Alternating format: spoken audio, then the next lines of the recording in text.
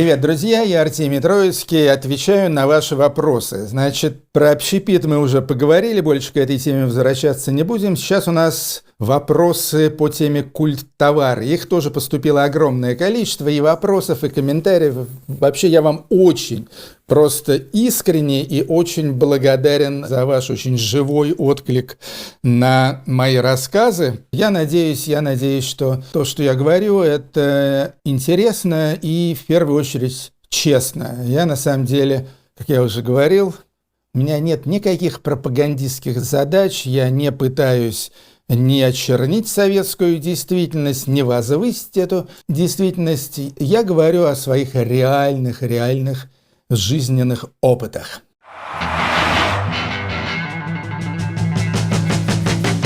Вопросы о культтоварах.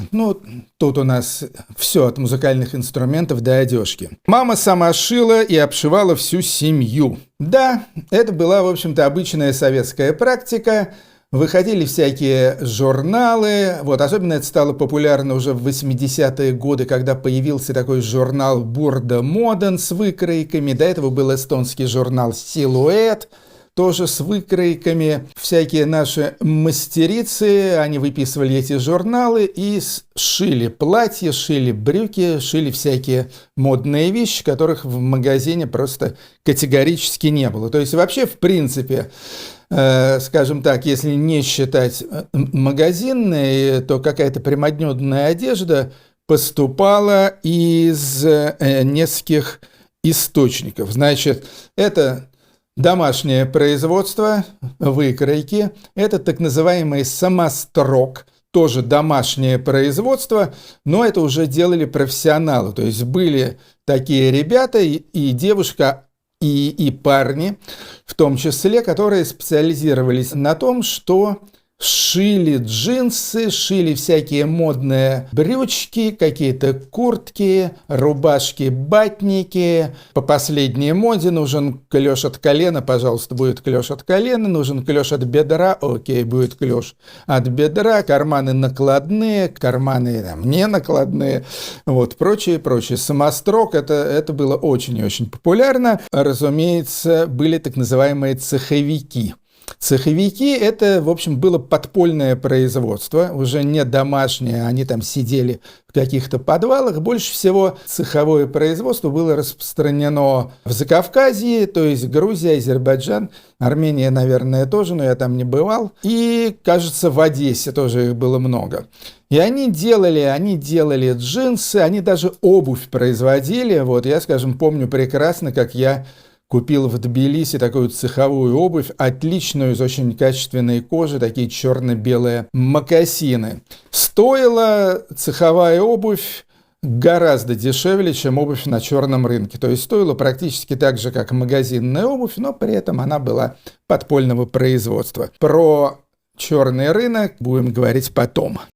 Погоня за всякими дефицитными товарами в СССР это был квест. Да, слово квест тогда еще не было, но вы абсолютно правы. Я это назвал, по-моему, приключением или авантюрой, или развлечением.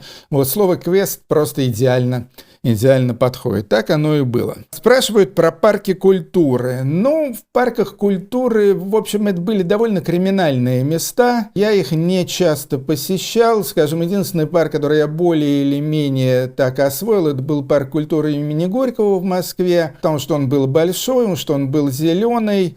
Там была знаменитая бильярдная, где некоторые мои знакомые деньги просаживали. Там были какие-то аттракционы, но в общем и целом как-то парки культуры меня никогда особо не привлекали. Танцплощадки там тоже, конечно, были. Комиссионки, да, комиссионные магазины, это была, в общем, часть чернорыночной всей системы. О черном рынке мы будем подробно говорить позже. Говорят, что куртка, которую я назвал ветровка, называлась штормовка.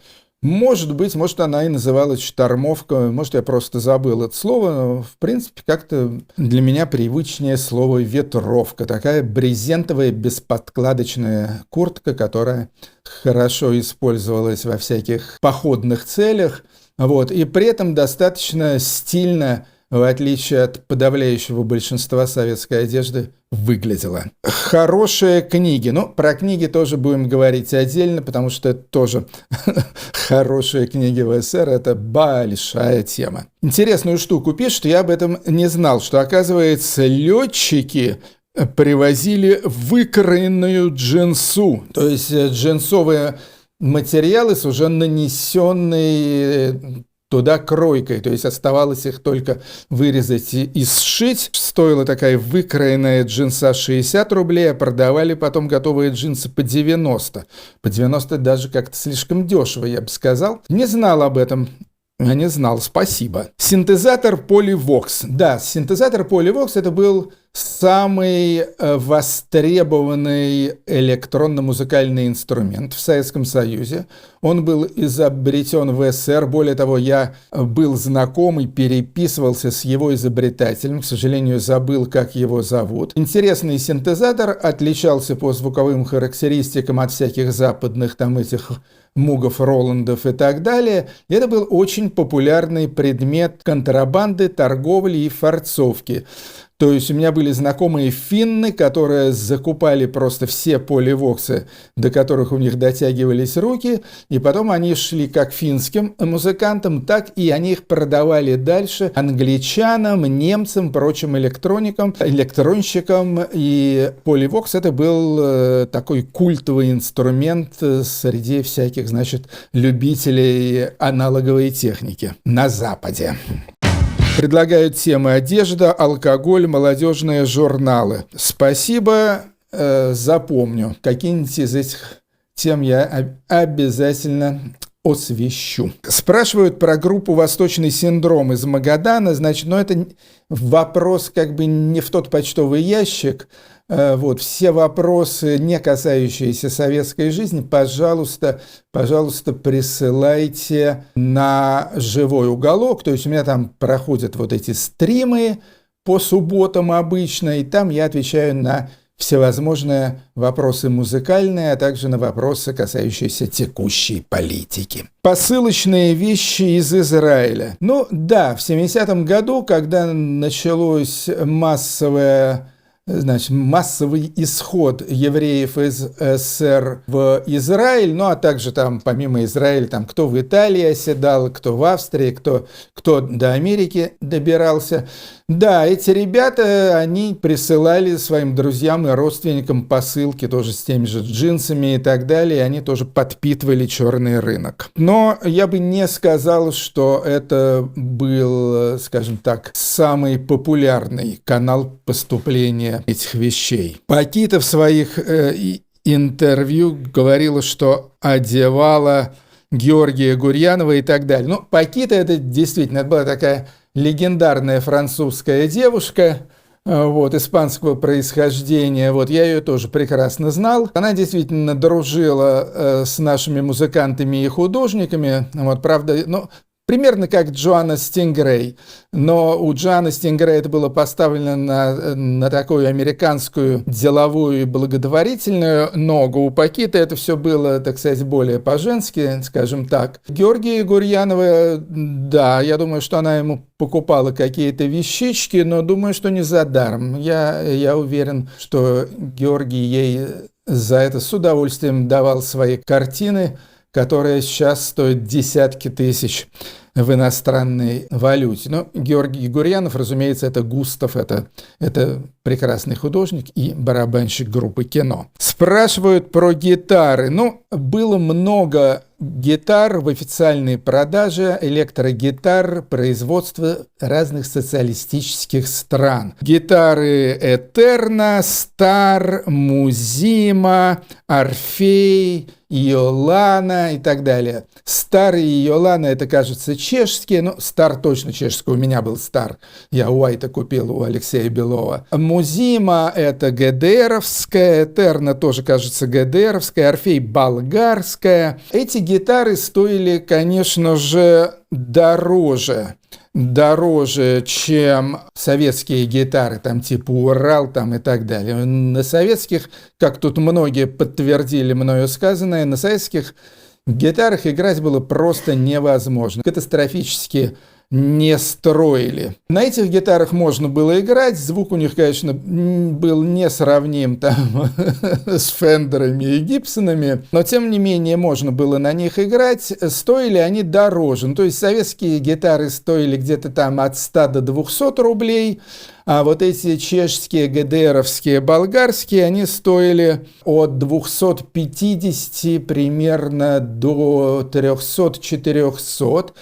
Но за эти деньги их тоже трудно было купить, потому что они были дефицитом. И уж чтобы точно купить какой-нибудь старый лимузин, надо было еще положить сверху где-то полтишок или соточку в рублях. То есть, в общем, в результате они обходились нашим молодым электромузыкантам где-то, ну, скажем, в 400, иногда даже в 500 рублей.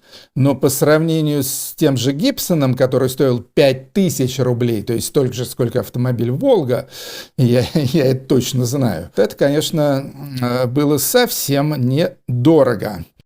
Каких привилегий лишались функционеры, значит, если их увольняли с работы? Ну, они могли лишиться чего? Каких-то государственных дач роскошных, там, в Жуковке, скажем, или государственных квартир. Но при этом я бы не сказал, что они как-то сильно теряли. Больше, ну, могли их отключить от этих закрытых распределителей. Но опять же, это зависит и от ранга функционеров, и от того, за что и на чем они погорели. То есть, если там против них какое-нибудь там было дело там уголовное, значит, то они вообще могли в тюрьму попасть прямо из государственной дачи. Пишут мне с 9-й Парковой улицы в Измайлове, спрашивают, в каком доме я жил. 9-я Парковая, дом 41А. Это дом прямо посередине между 9-й Парковой и 7-й Парковой. Какие ВИА слушала молодежь? Это у нас будет много, я думаю, эпизодов, посвященных всевозможной музыке, в том числе и ВИА. Да, вот, кстати, хорошее наблюдение, о котором я забыл сказать. В конце декабря выкидывали дефицит, чтобы дать план, значит, до конца года. На самом деле, я помню, была такая практика, что в последние дни декабря появлялись в магазинах всякие, ну там, условно говоря, югославская обувь, румынская мебель, чешские люстры, потому что раньше это все припрятывали для знакомых, для продажи за взятки и так далее, вот, и что-то из этого оставалось, а нужно было продать, чтобы дать годовой план, вот, и поэтому это уж, скрипя сердце, это выкладывали на прилавки. Я помню, что моя бабушка, она пользовалась вот этим и всегда активно проводила конец декабря за шопингом. Пишут, что усилители и вертушки советские были неплохие. Я не согласен. У меня была одна советская вертушка, я ее купил специально только для того, чтобы дискотеки на ней проводить. Это была Вега 201, как-то так она называлась. То есть мало того, что она была неудобная, то есть пластинку там надо было вот так вот как-то засовывать, а не просто класть сверху. Она и звучала плохо, и потом вся советская аппаратура позорно выглядела. Вот я думаю, что с этим вы спорить не станете. А нам всем хотелось, чтобы красивая западная музыка звучала из такой же красивой и желательно западной аппаратуры. Теперь вот тут вот пошел такой принципиальный спор, на что люди покупали всякие товары в магазинах «Березка». На чеки или на валюту? Могу сказать сознанием дела, но, опять же, я, естественно, не во всех «Березках» бывал, а только в московских. Продавали в «Березках» советским людям только на чеки. То есть советскому человеку иметь на руке американские доллары, там, Deutsche Mark и так далее, это был криминал. За это могли просто взять за шкирку и отвезти в милицейский или КГБшный воронок, которые, как правило, около магазинов «Березка» на этот случай дежурили. Так что продавалось только за чеки, которые в свою очередь заранее, значит, обменивались на доллары. За валюту покупали только иностранцы. И обычно они покупались за валюту. Ну, скажем, вот была такая березка на Белорусской, где продавались исключительно напитки, продукты и так далее. Вот там вот можно было иностранцам покупать всякое баночное пиво «Карлсберг» за валюту. Хотя, в принципе, они предпочитали использовать такой датский каталог под названием «Петер Юстасен». Вот, и они просто заказывали всевозможное пойло и жратву, значит, по этому датскому каталогу его привозили в Москву, Ленинград, значит, и уже тут они оплачивали это все. Спрашивают, сколько лет мне на фотографии, ну, в общем, на фотографии, где я там иногда фигурирую в джинсовой рубашке и с объективом фотоаппарата, который торчит на месте пузика.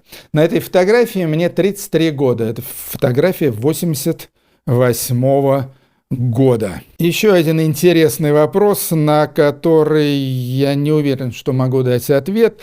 Вопрос примерно такой же. Если бы вы вот такой, какой я есть, со всеми моими данными, привычками, способностями и талантами, если бы вы родились не в СССР, а в свободной стране, вы бы добились большего там или меньшего, или наоборот СССР как бы вас вдохновляло, и тамошние запреты вас стимулировали к тому, чтобы вы, значит, что-то такое специальное учудили. На самом деле интересный вопрос. Я никогда в жизни не задавался таким вопросом, так что я подумаю, ну и как-нибудь по возможности вам на этот вопрос отвечу.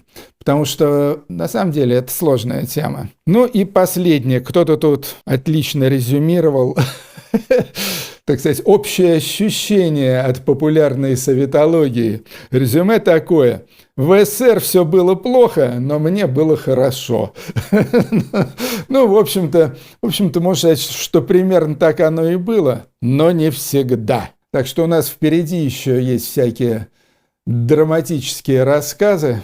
Увидите, что не всегда мне было в СССР хорошо. На этом я с вами прощаюсь. Следующий выпуск у нас будет... Кстати, может быть, я еще не знаю, я еще не записывал следующий эпизод, но не исключено, что он будет посвящен КГБ. Но раз уж мы поговорили о Компартии и ВЛКСМ, продолжим рассказ о заметных советских организациях. Пока счастливо. Это был Артемий Троицкий, популярная советология.